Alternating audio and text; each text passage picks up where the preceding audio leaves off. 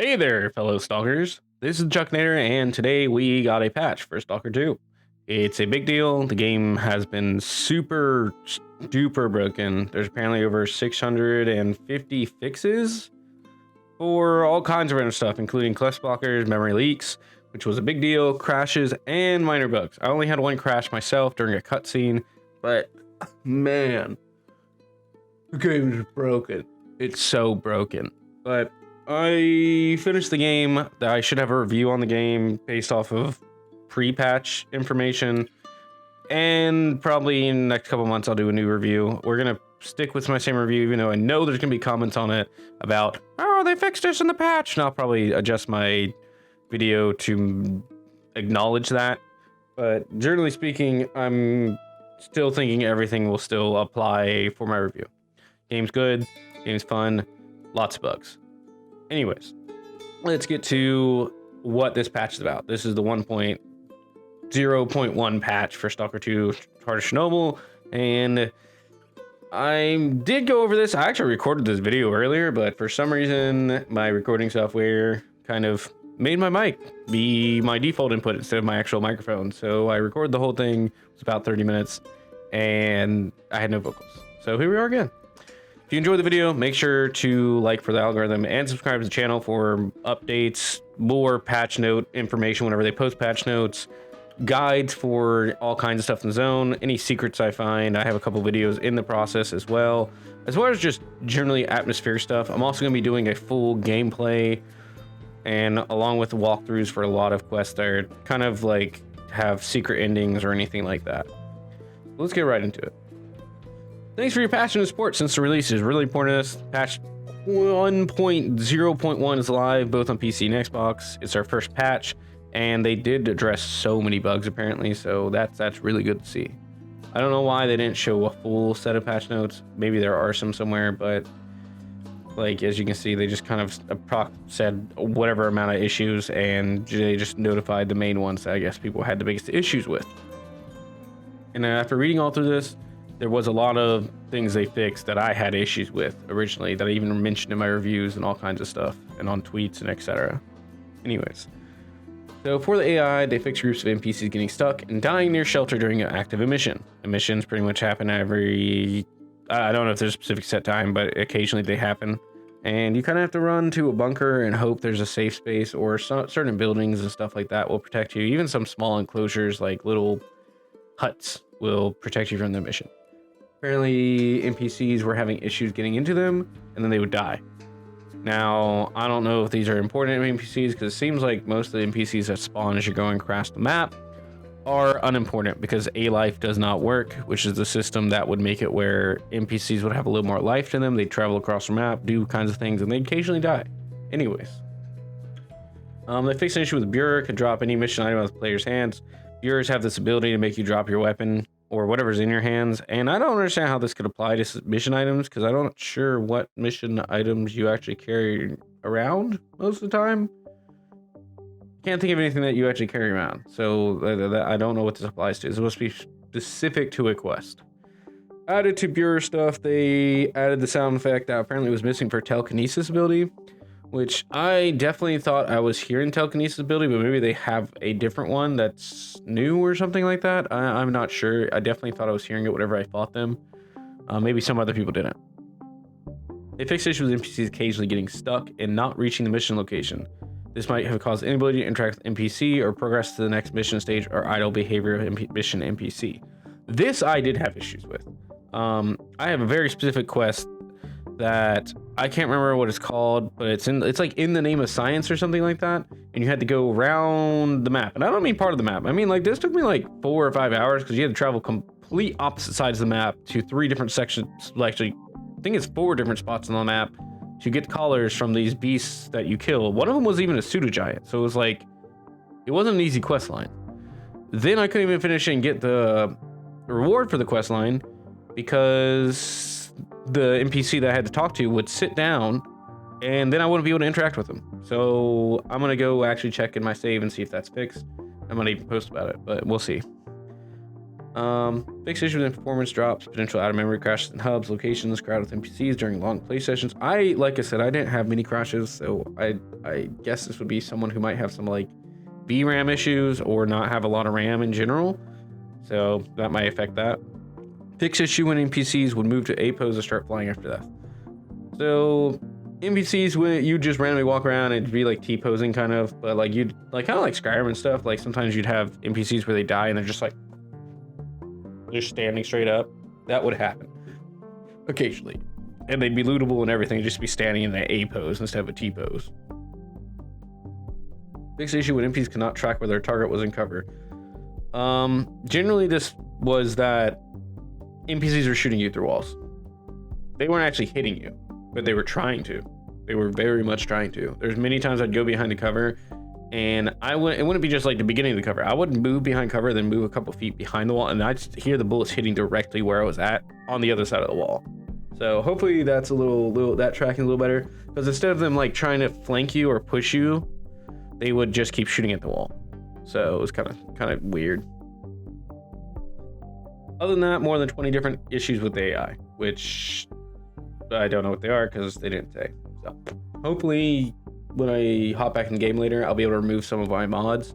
I already removed my whole mods list aside from making anomalies beep, because I hate that beep, beep, beep, beep, beep, beep, beep, beep, beep, beep noise that it makes whenever you get close to anomalies. I don't mind the radiation noise because that's more of a Geiger counter, and I've played all the Fallouts and stuff, so that's kind of like just like that makes sense. If you have a Geiger counter, it's gonna make Geiger counter noises.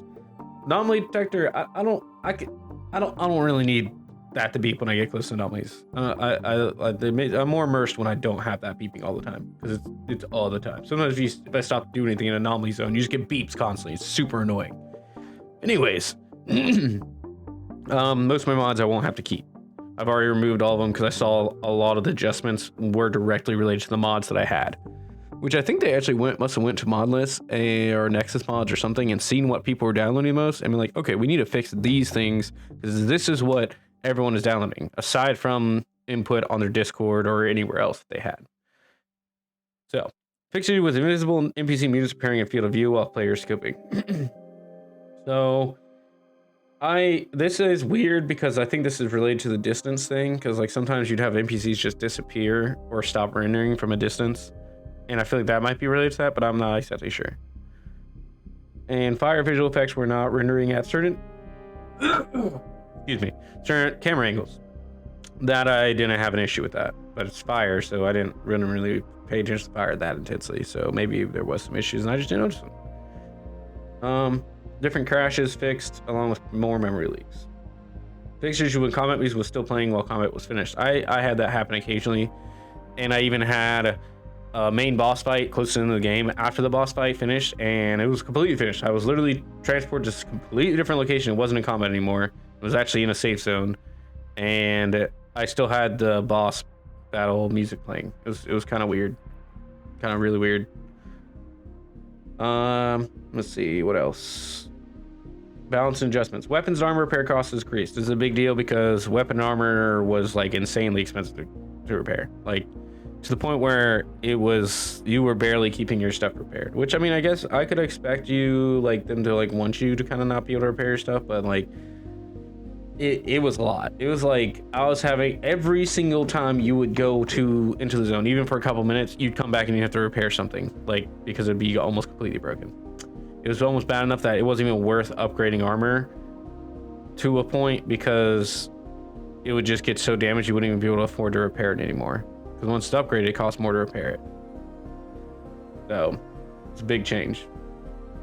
Significantly increased cost of artifacts for more revenue from selling. So that's really good too. That should all help offset. Honestly, all this, last time I read, this all kind of goes together and like should make the game balance a little bit more in general, because all these kind of coincide with each other.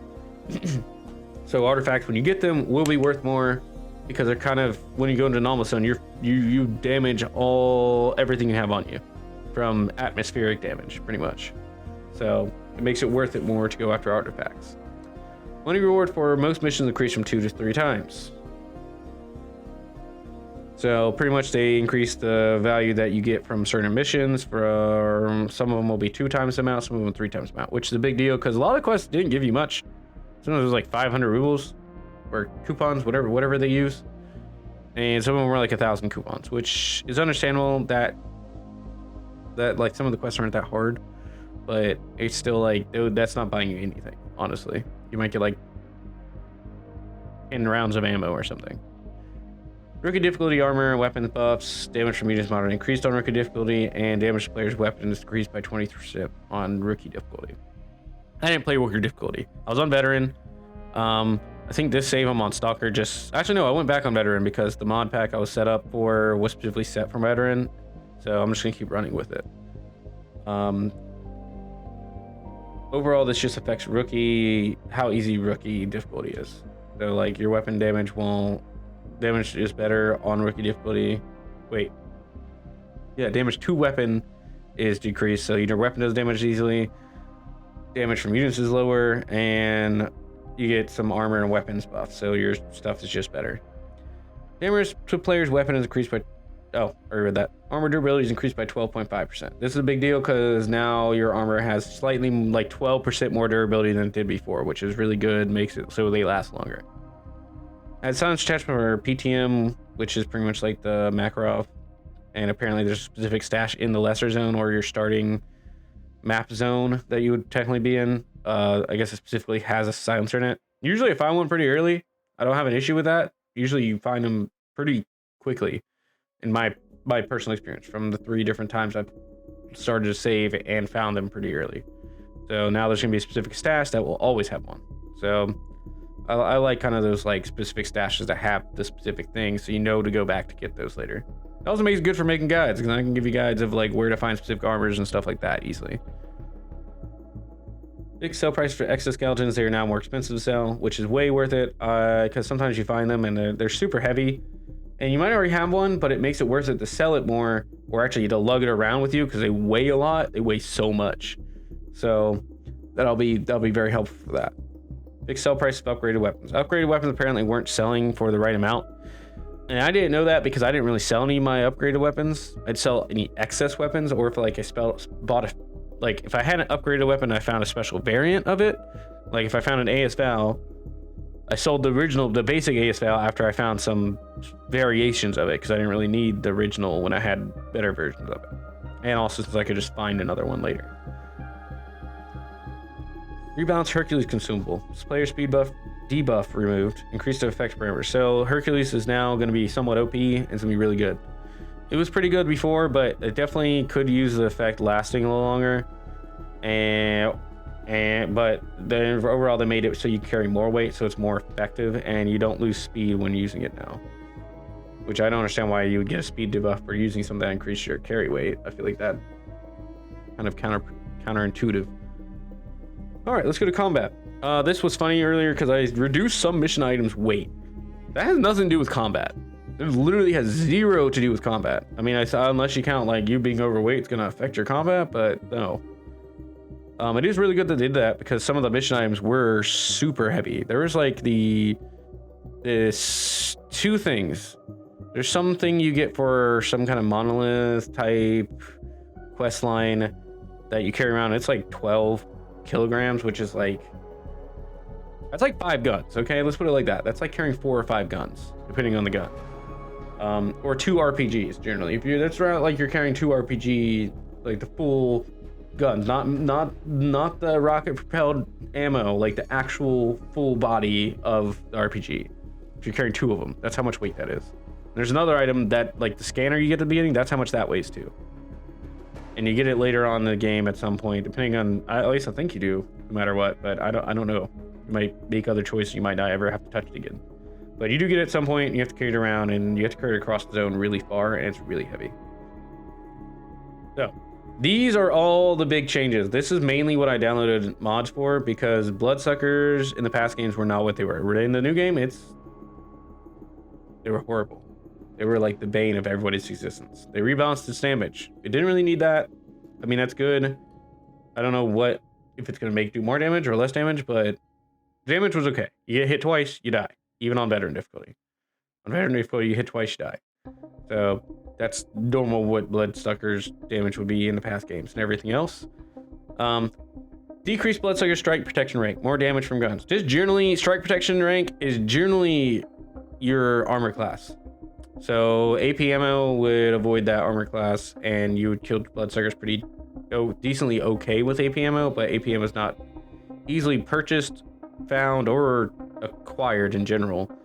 So it's important to not have something that's like turns invisible and runs fast as hell and will kill you in 2 shots, and also roams in packs of 2 or more, having the ability to kill you in 2 hits, and also needing 4 mags or more to kill it per person, like per creature. Like, it's just not sustainable, like, ability to fight them at all, especially when there's a bunker you go in and there's 4 in the same room. Like, it's just ridiculous to try and fight them. That's why I had mods for it. Increase Bloodsucker's strike protection, reduce Bloodsucker's HP regeneration outside of combat. Most of the time when you walk away from something, it just despawns because A life doesn't work, and the spawning is weird right now. It's like really bugged and weird. So like things will, once you get 65 meters away from something, you'll just despawn. And they spawn, when something does spawn, usually it's around within 65 meters of you. They lowered the HP of a lot of the other bigger creatures, and boars seem to have gotten a buff to how much damage you can do to them, which is good because they were kind of beefy a little bit. But honestly, boars in the old games would be like, okay, you blast them. If you get 2 good headshots on them, you might blast them in like 2 double barrel shots, or maybe 3 or 4, and that was sustainable. Like, you could blast them real quick, especially seeing as no mutants give you mutant parts right now. I'm hoping there's definitely gonna be a mod for it. I'm hoping that they actually do an update at some point where they add that, similar to how Cyberpunk or CD Projekt Red has added so much stuff to Cyberpunk that wasn't even in it. So I'm hoping they go around that route and they slowly add stuff that's missing as they fix things. So similarly increased weapon melee distance. Also, I got a mod for that because, like, not even for like fighting anything. It was more because there's boxes on the ground. You'd have to crouch. You have to literally crouch every time, up and down. Every time you want to go stab a box, and then obviously you want to stand up so you aren't like crouch speed. So you walk over to the next one and you crouch again and you stab it. It's really basic dumb thing to get a mod for, but yeah, it just saves time to not have to crouch every time you go to knife a box open for loot. Gamepad inputs. I don't play with the gamepad, so I don't know how this will really be affected. I'm gonna have to ask my old roommate, because he plays on Xbox right now. That's what he's playing Stalker on, so we'll see what he thinks of it. I can ask him about it. Big size and teeth and NPC models, and some minor picks of NPC models and animations. So I saw this occasionally, not really the eyes. I didn't have much going on with the eyes, but the teeth, I definitely had a couple of people's teeth doing like weird texture stuff, and it was kind of weird when you're talking to them. Their mouths is just doing weird shit, you know? Cutscenes. Added missing footage, TV displays, and final cutscene and fixed issue with deer animation in the opening cutscene. I don't know what either of these have to do with. I did finish the game. The final cutscene I got, which I'm pretty sure there's more than one because of how the choices you can make and who you side with and all that stuff, but I don't remember seeing any TV displays, so I don't know what's up with that. I don't remember. I'll have to go look back at my video recording of me finishing the game. But I did regularly have couple cutscenes that had weird issues where people were just not facing the right way. They were bugging a little bit, like the actual character models were. And even worse, I had ones where the sound completely cut out. It wasn't even the beginning of the cutscene. It was like halfway through or a quarter of the way through, the sound would just cut out. So the only reason why I knew things were what was going on is because I had subtitles on. It's the only reason why I knew what was going on. I mean, obviously now I'm playing my second save in Ukrainian instead of English, so I can hear their voice lines. Similar like when you watch like an anime in Japanese with subtitles versus English. I mean, English voice actors can be really good, but those Japanese voice actors, That's how I'm feeling about the Ukrainian voice lines now. I'm definitely not going to play the game in English again. They just, the emotion and energy is different. Also, the fact that they recorded a lot of it with mocap on, so like it just fits better. Like the energy and emotion and how the voice sounds is just so much better. So generally, they fix a lot of cutscenes. So we'll see if any of the cutscenes when I play them again actually work right. Game settings and menus. Adjusted unreadable text at the bottom of the shader compilation screen. Okay, I never noticed that. Fixed issue with the NVIDIA reflex low latency option not being saved on subsequent boots of the game. I didn't use that, so I don't know. I don't know about that. Okay, so some other people might notice that because they used it, but I didn't. Fixed physics issues with destructible and movable objects, including those floating in the air. I did have some objects randomly floating in the air occasionally. Nothing too crazy. Fixed interaction prompt with glass doors and circus in a yard. Didn't really actually explore as much on my first playthrough because I planned on... After I started running into certain bugs, I was just like, man, I'm gonna wait for some patches, but I'm gonna finish this game. I'm gonna play it again, and I'm just gonna explore. I'm not gonna work on any quests super hard because they're super bugged and broken. So I didn't actually explore super hard. I did notice these doors missing. I was kind of confused. I was like, why are these doors? Why does this elevator not have any doors on it? I'm pretty sure I have a recording somewhere where I'm literally saying that. So I'll have to go look for that. The main side missions, they just fixed a bunch of quests, like a lot. I'm not gonna go over all these just because it's just quest fixes. It's nothing like if you see one here, that specific quest, let me know in the comments below whether it actually is fixed now. My main thing is I'm going to go into my save and for in the name of science, because what happened with it is I pretty much just reloaded to before, like an hour before I even did that, and I had all the locations done, and then just didn't go in to go visit the NPC because I traveled all the way pretty far to go just turn them into the NPC, and I was like, nah, it's not gonna work. I'm not gonna do that. So I might load my save and see if that works now. I have a save right there that I know I can load into, even though I finished the game. I was like 15 or 20 hours before my game ended, so yeah, I'm gonna have to look through my saves, but I have it there. Open world experience. Fixed stretched or missing limbs on humanoid corpses. Fixed missing fast travel routes, including the concrete plant for Toadstool. I actually never went up there until earlier last night because I just never had to. Like I said, I wasn't exploring super hard.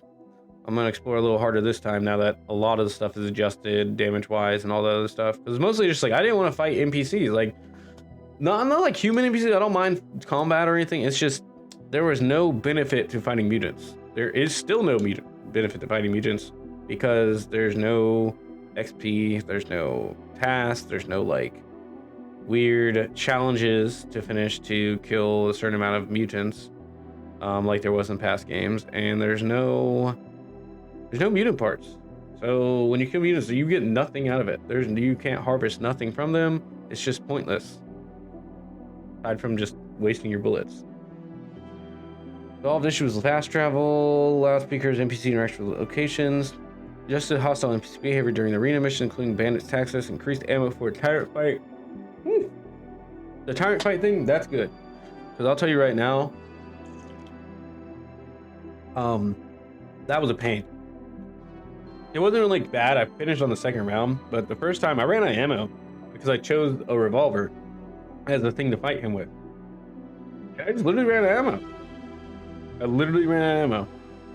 So the second time I just threw a nade right where he was gonna walk up, and then it blew him up. He got knocked down, and I shot him like 2 or 3 times with the grenade with the revolver, and he died.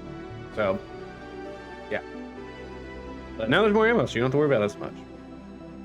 Corrected mission progress in the Black Sheep and the Key to Freedom missions. I feel like I did have issues in that. I remember that. I don't know what that was. I can't remember that quest. I remember this quest. Player guidance, gear, and weapons. And all these things have other ones that they didn't mention, so there's even more than what they've stated here, so keep that in mind. Fixed a bug that allows to sell items to the trader for more money than they actually cost. I never ran into that. Fixed input blockage with PDA inventory attachment when interacting with artifacts. Corrected flashlight behavior after saving loading. So your flashlight would, like, you'd have to turn on your flashlight every time you load a save. If it was already on, it wasn't on. It won't be on when you reload. So hopefully that's fixed now. Solved it, because like sometimes I'd load into a save and it'd just be complete darkness. Like I'd just be like, oh, My game broken? Turn on the flashlight. Oh no, my game's not broken. It's just that dark in here, and my flashlight's not on now. Solves issues: grenade type selection, compass marker overlaps, and missing mission markers. I had a couple missions where the markers weren't missed. Well, I did have one or two where they were missing for a minute, but usually it's because it deselected my quest for some reason. But what I did have was ones where the markers would still be there after the quest was done. So I just randomly had these markers on the map that were distracting me. Grenade type selection, I don't even know what's up with that, because I guess there's a keybind for that or something. But it says type, and I'm like, there's like 2 types of grenades. The pineapple grenades and the RGD. And that's it. It's those two grenades. Unless they're somehow magically played the whole game through, got like 60 or 70 hours in the game, and never saw some other grenade that apparently is somewhere. It's interesting. Fixing include weapon and armor upgrade effects, including pricing and upgrade reversals. I somehow skipped over that when I've read this before. That's actually good. Because I will say, like, I don't know if, like, I guess the pricing and upgrade reversals was supposed to be like, oh, if you reversed it, because you just have to double click on it. If you click it too many times in accident, you just buy the upgrade. So reversing it, I would not get as much money back as I would for upgrading it when you undo it. So it was like, oh well, oof, guess I just screwed myself. So yeah. Glad they fixed that. Improved HUD behavior and prolonged duration of point of no return hints during down below mission. I don't remember what that is, but I don't know what that is. But I guess it's good they added it. Fix bug where player could sell mission items using gamepad. I don't use a gamepad. So I don't know what exactly goes into you selling or moving stuff around on gamepad, but apparently people were able to make it where they could sell quest items. So good thing they can't do that now. Hopefully.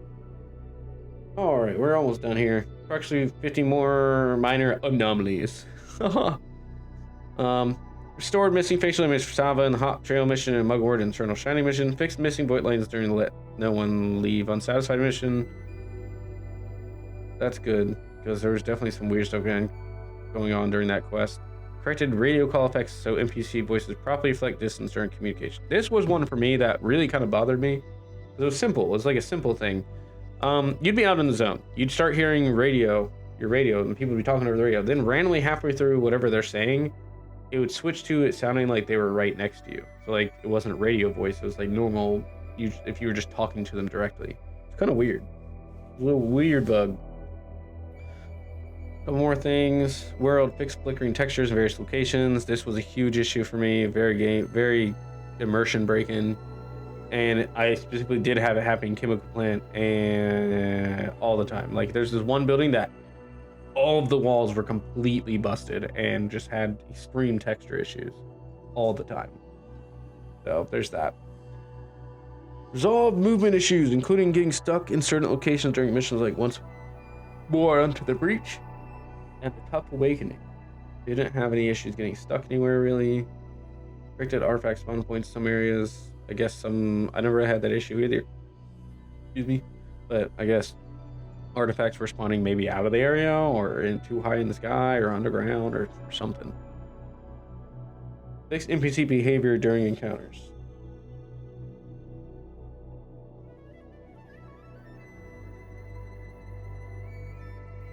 Just voice volume during storm weather for improved audio balance. Okay. These are just basic stuff, and approximately 50 more bugs. So there's a lot, and honestly, this is going to make the game completely different. It's funny because it's making it pretty much like how I was trying to mod it to be with some of Grok's mods and stuff like that. I really just, my biggest things were, I mean, A-Life really needs to be fixed. That's a big one, but all this HP stuff is a big change. Big change, along with the repairs being cheaper and a bunch of other stuff that's really, really important to the balancing of this game. Because a lot of it is just busted, not working, or just imbalanced as hell. It's still fun, still enjoyed it. The atmosphere and everything else was super good, but it's just so much broken. They are stating that they are working on fixing the A-Life bugs, which will be addressed in future patches, so that should be good. And they already got this patch out within a week of the game coming out or so. So that's a good sign. A little bit more than a week, but whatever. It's really good that they got this much done already. We'll see how well it works now. Probably later when I actually get to play it, because I gotta go back to work in a minute here. But I do have a review coming out. I have a couple other videos I'm working on. I have some atmosphere videos, some secret location videos. I got all kinds of stuff in the works. So just keep an eye out. I got some gameplay coming out too. So if you want to get updated on when that posts, make sure to subscribe to the channel. I appreciate all of you for watching, and I'll be posting updates every time there's a patch note drop or anything like that. It might be later in the day than when the patch note immediately drops, because I do work and stuff, so I gotta get with that. I got bills to pay. So make sure to hit that sub button, make sure to like to help the algorithm, and good luck out there, stalkers. I appreciate you all so much, and good luck in the zone.